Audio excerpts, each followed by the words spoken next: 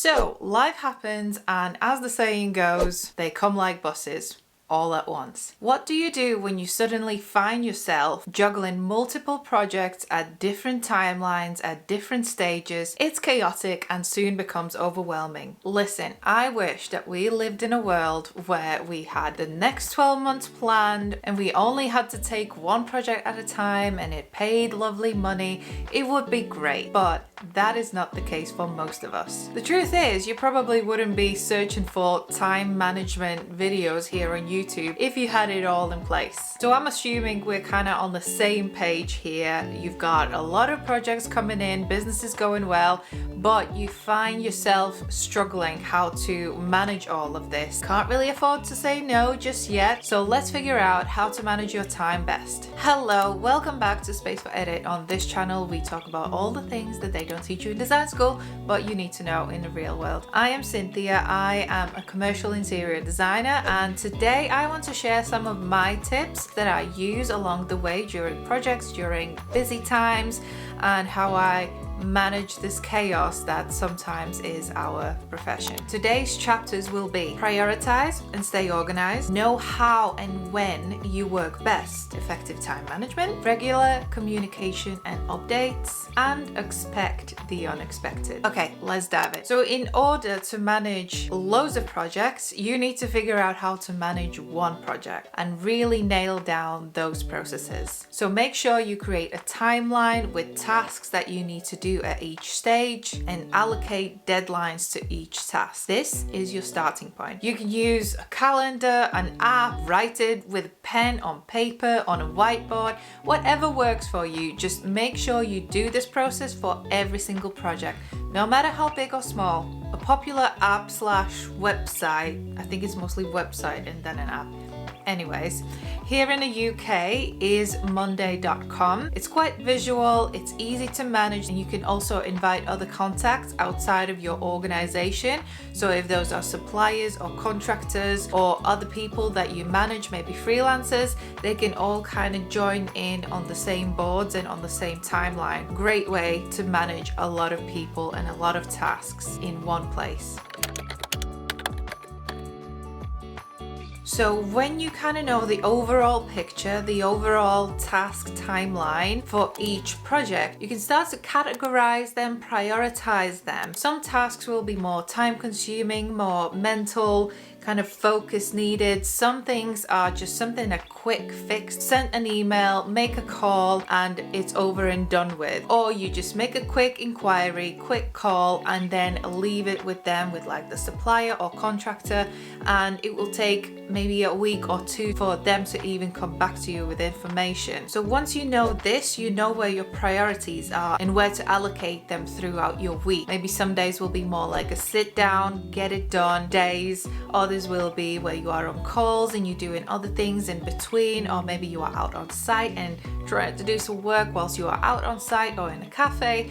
So it's a lot easier to manage it this way rather than have it all as one to-do list and you don't really know where to start and where to go with it.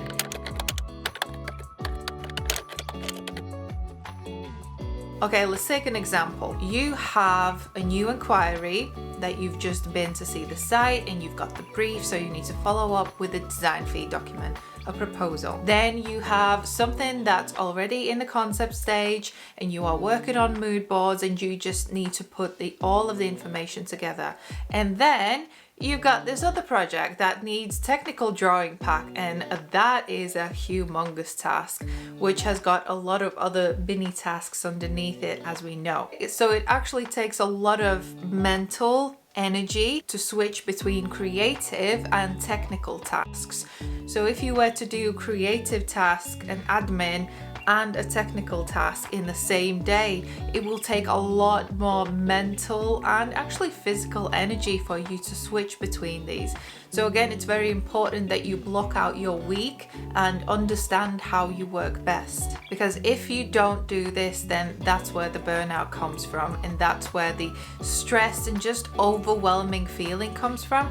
When you have everything slotted in the right place, in the right time, in the right day, at least you have a bit more of a feeling of managing things instead of just having them all up in the air. So if we go back to our example, mood board is a creative task, design fee document proposal is more like an admin task, and obviously the technical drawing pack is quite like a focus, sit down, get things done, don't disturb me, no distractions type of a job. So in my opinion, I'd say that the design fees can be done first. So get it done. You've got a template most of the time. Just get it done and get it sent out of the way. That is something that will go to the client and they will need a few days to kind of go over it. Then you have the mood boards, which can be a creative task and done maybe on days when you have other calls or you need to nip out, do some life admin things. So the mood board could kind of slot into those days. And for the drawing pack, just block out a whole day. I always do that when I need to do drawings. I can't get distracted by anything else. Otherwise, there's no point for me even starting doing that. I need to be in the mindset, and I know that that's how I work best. So be honest with yourself, be realistic. How much can you done in one day? How much can you done in 1 week? Plan it out, book it in, and then at least you have some control over all of these tasks. You can set boundaries. If someone is contacting you on a day where you are supposed to be focusing on drawings, then you can just say, I will get back to you the following day or the day after, because today I really need to get this work done. So let's expand a little bit more on this weekly planning thing. Recently, I had to be really realistic and honest with myself, and I realized that I can't actually work in the business 5 days a week, or sometimes even 7 days a week. I need to make sure that I put some time aside for working on the business. So doing admin, doing reach out, sales, networking.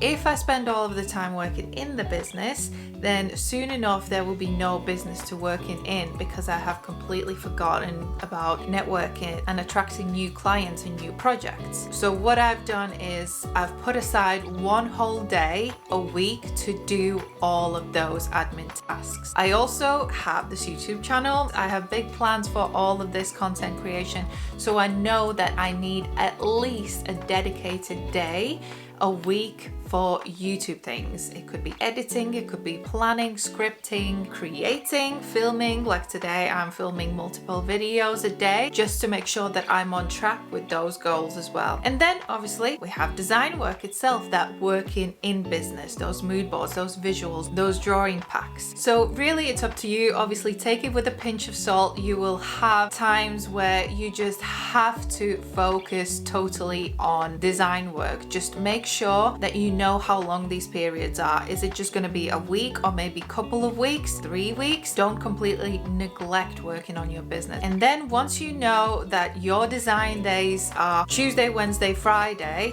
then you know that those are the days when you are focusing on those projects, and you can manage your own expectations and your clients' expectations. Similar approach can be added to your daily tasks. Task blocking is everything. Set priorities. What is your priority for this day? And block out the time for each task, and be realistic. We always think that we can do a lot more in a day than we can actually do. It's actually proven that people are probably most productive for only 3 hours a day. 3 hours a day. That is not a lot of time, but you can do a lot of work in that focus time period. So what will you focus on? And also, don't forget about life. You have to do other things as well. You can't just become a slave to your business, a slave to work. This is not why we are all here for. So make sure you book in your gym sessions, your lunch, your breakfast, your travel time, taking out the dog for a walk, whatever other things that you have during the day, maybe some training, whatever. Make sure you put them in as well, and don't neglect them. It's not all about work. You need those other things to keep you balanced and to keep you focused when you need to do work. Don't overwork yourself. It's not going to end well. It's going to end in burnout and in resentment to everything that you do and all of the work that you do. So Make sure you nourish your soul and your heart and your life as well as your career. Okay guys, we are halfway through the video, and if you are still here, I'm guessing that you are enjoying the content. If you want to know more about this topic, like time management and how to avoid burnout during these busy seasons, then my newsletter and my Instagram page is for you. It's also a great opportunity for us to connect on more like a one-to-one basis, because I usually wrap up my newsletters with like an open question about the weekly topic, which this week is time management during busy seasons. And yes, I reply to every email myself on my own, so you are definitely getting the real answer from me. I'll leave the sign up link below, and let's get back to the video. Okay, so it's not all about just managing your own time and your own self. We know that there is a lot of moving parts in interior design projects, so you need to stay up to date with all of those moving parts, whether it's a contractor, supplier, obviously the client, multiple clients in this case, maybe some team members, freelancers that you are working with on a certain project. And actual studies in time management processes have shown that effective communication can reduce the risk of project failures by as much as 57%. That is a lot. So make sure you update everyone around you. And I can absolutely vouch for that. Judging on past mistakes that I've made, one little missed update, I don't know, a call that I didn't make to a contractor or a client has cost me greatly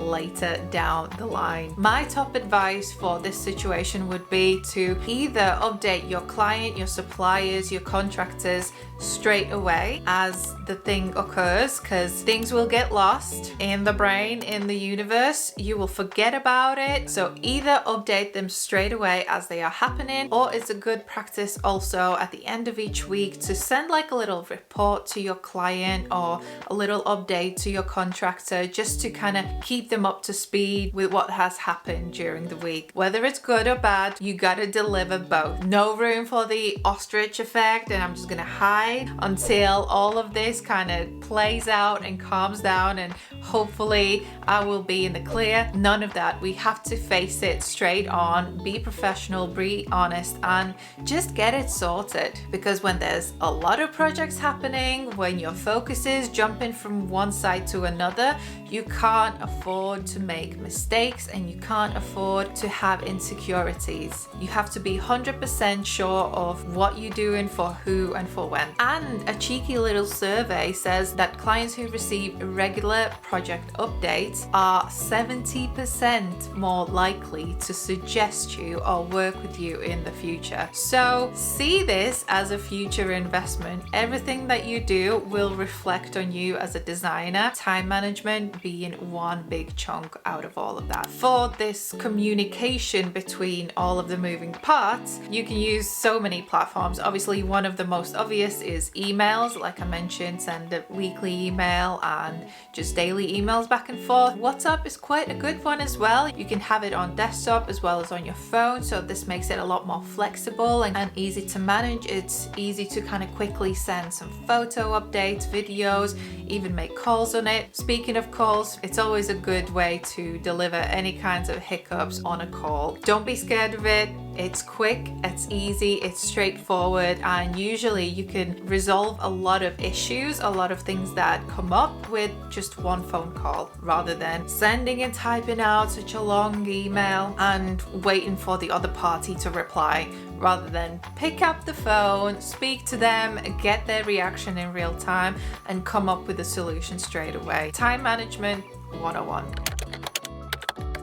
Things go wrong on almost every project. Actually, scrap that. Things go wrong on every project. Some issues are bigger than others, but no matter the size, I can guarantee you that you will have not planned for it, unless you've watched this video and you have planned for it. So one thing you can always be sure of is that everything changes. Nothing stays the same, nothing goes as planned or along the template that you want to follow. No matter how meticulous you have been about a weekly schedule or the critical path of the whole project, something always comes up and there's delays or someone is pushing to get things finished, so you need to speed things up. And the best thing that you can do in those situations is keep calm, collected, professional, and just understand that that is the nature of what we do. If we talk about time management, you can really get caught up on this and start stressing about it. And when you stress about it, the anxiety goes over the roof, you forget about things that you were supposed to focus on, and everything just starts to fall apart. All the hard work that you've put in to manage your time, to plan your week, to allocate tasks, all of that goes out of the window just because you've kind of panicked. So there's no point of making a big drama out of nothing. All you need to do is stay focused, accept that whatever has happened, and figure out how to sort things out. You got to remember that this will reflect on the client as well. So it's not just about managing the project, managing your time and managing your tasks, but making sure that your client feels like you are in control of it. You are doing what you do best and delivering this project as smoothly as possible. This will not only save the day, but it will also build that loyalty with your client and very much the trust that client has in you as a professional. Managing multiple projects is not easy, and it's not supposed to be, because it is a lot of work and there are a lot of moving parts, but it is doable. What I've learned throughout the years, and learned it the hard way through experience, is that you have to be realistic with what your abilities are, what you can do in a certain amount of time. Once you respect that decision and understand your capabilities, everything else falls into place. No more missed deadlines because you've not allocated enough time to do the tasks that you were supposed to do. No more being pressured on doing things over the weekend or squeezing work into 2 days when it was actually a whole week's worth of work. And at the end of the day, if you allocate enough time for all of the tasks that you need to do, you respect yourself, you will be charging more because you will understand how much work you are actually putting into these projects and how much value you are delivering to your client. So at the end of the day, the more successful you are with your time management, the more you understand how you work and when you work best, the better the outcome. The more successful, the more profitable you can be as a business owner. That's all from me today. I hope you enjoyed this video. Hope it was useful. Did you learn something new? Let me know in the comments. If you want more bite-sized content, then make sure to subscribe to my newsletter and come over to Instagram and say hi. I share more like behind the scenes, little bits and bobs from my day, and we can just connect again on more like a personal level. Here are some videos that you might like that are kind of along the same topic, but if I don't see you there, then I'll see you in the next video. Bye.